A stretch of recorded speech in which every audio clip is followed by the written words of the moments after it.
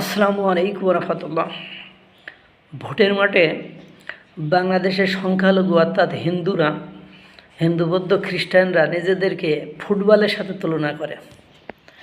একটা রিপোর্ট দেখলাম বিবিসি নিউজের, সেখানে যশোরের অভয়নগরের হিন্দু ভোটারদের কাছে গিয়েছিল সংবাদকর্মী।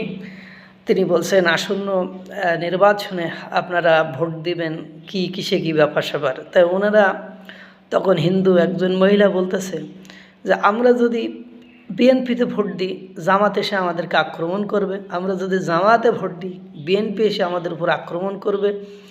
এদিকে যদি আওয়ামী লীগ আসে, তাহলে আওয়ামী লীগে যদি ভোট দিই, তাহলে এরা এসে আক্রমণ করবে, মানে আর এদেরকে ভোট দিলে আওয়ামী লীগ আক্রমণ করবে।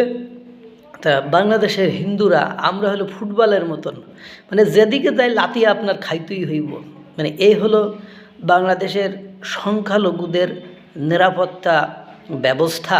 আপনার যে পথে যে রাস্তায় যেদিকেই তাদের মানে যাওয়া হোক না কেন, গমন হোক না কেন, তারা বিপদ থেকে রক্ষা পায় না। এবং সারা বাংলাদেশে আপনারা জানেন হিন্দুদের নিরাপত্তাহীনতার কি মানে চিত্র দৃশ্যিত হচ্ছে। একের পর এক তাদের মানে খতম করা হচ্ছে, তারপরে তাদের বাড়িঘর জ্বালিয়ে দেওয়া হচ্ছে। আপনারা সেটা রাঙ্গামাটির রংপুরের গঙ্গাচড়ায় দেখেছেন, সেটা চট্টগ্রামের ঘরের ছিটকিলি লাগিয়ে আগুন দিয়ে জ্বালানোর চিন্তাভাবনা দেখেছেন আপনারা। যশোরের অভয়নগরে এক নেতা হত্যার কাহিনীকে ইস্যু করে কিভাবে 18-20টি সংখ্যালঘুদের ঘরকে 5ই আগস্ট গণ-অভ্যুত্থানের পরে ভেঙে চুরে গুড়িয়ে দেওয়া হয়েছিল, সেগুলোও আপনারা দেখেছেন। এবং আপনারা দেখেন এই বিভিন্ন রাজনৈতিক ইস্যুতে তাদেরকে কিভাবে প্রতিপন্ন করা হয়।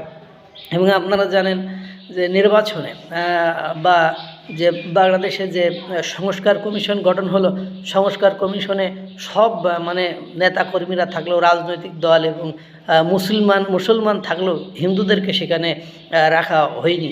এই যে একটা আস্ফলন, এই যে তাদের ভেতরে একটা ভয় কাজ করা, আমরা দেখায় সিল দিলেই তো বিপদ। দেখায় মনে করেন বিএনপিরে সিল দিলাম, মারলাম বিএনপিতে, অ্যান্ড বিএনপি পরাজিত হলো, তখন আপনার কি হবে? এখন মনে করেন জামাত আলারা আমাদের এসে ঝাড়বে যে তোরা বিএনপিরে ভোট দিছিলি বেটা, এখন তোদের ব্যবস্থা করেছি। এখন আমরা যদি জামাতে ভোট দিই, সেক্ষেত্রে জামাত যদি পাশ করে, তাহলে বিএনপি মানে আমাদের এসে ধরবে, বা জামাত মানে এই যে ধরাধরির উপরে থাকবে। অর্থাৎ তাদের নিরাপত্তা কে দিবে? তাদের নিরাপত্তার জন্য সরকার কি করেছে, কেন করেছে না, সেটা আপনারা দেখছেন। এবং তাদের মানে তারা বারবার বলা সত্ত্বেও তাদের সংস্কার কমিশনে রাখি নাই।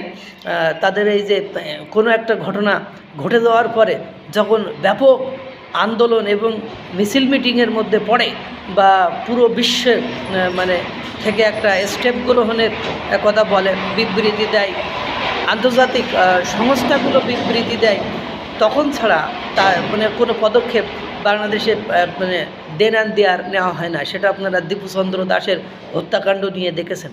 আর তাদেরকে মারা কত সহজ আপনারা জানেন। কোনো ইস্যু হইলেই তাদেরকে ধর্মীয় অবমাননা, বিশ্বনবী সাল্লাল্লাহু আলাইহি সাল্লামকে নিয়ে কটূক্তি, এই কথা বলেই প্রমাণাদি ছাড়াই তাদেরকে মানে আক্রমণ করা হয়। একটা ফেসবুক আইডি খুলে সেই আইডিতে মনে করেন একটা কমেন্ট করে, বা সেই আইডিতে একটা উদ্ভট বিভ্রান্তিকর পোস্ট দিয়ে ধর্মীয় অবমাননার কথা এনেই তাদের উপর আক্রমণ করে। এই হিন্দুদের নিরাপত্তা কোথায়? তাদের কথার মধ্য দিয়ে প্রকাশিত হলো যে তারা ভোটের মাঠও নিরাপদ নয়। তারা যে একটা স্বাচ্ছন্দ্যে, আনন্দে, মানে একটা উৎসবমুখর পরিবেশে যে ভোট প্রদান করবে, তাদের মনের মতো লোককে বেছে নেবে, সেই সুযোগও তাদের বাংলাদেশের বুকে খুবই ক্ষীণ, কারণ তারা নিজেদেরকে অনিরাপদ মনে করে। আল্লাহ তাআলা সকলকে ভালো রাখুক, সুস্থ রাখুক। আসসালামু আলাইকুম ওয়া রাহমাতুল্লাহ।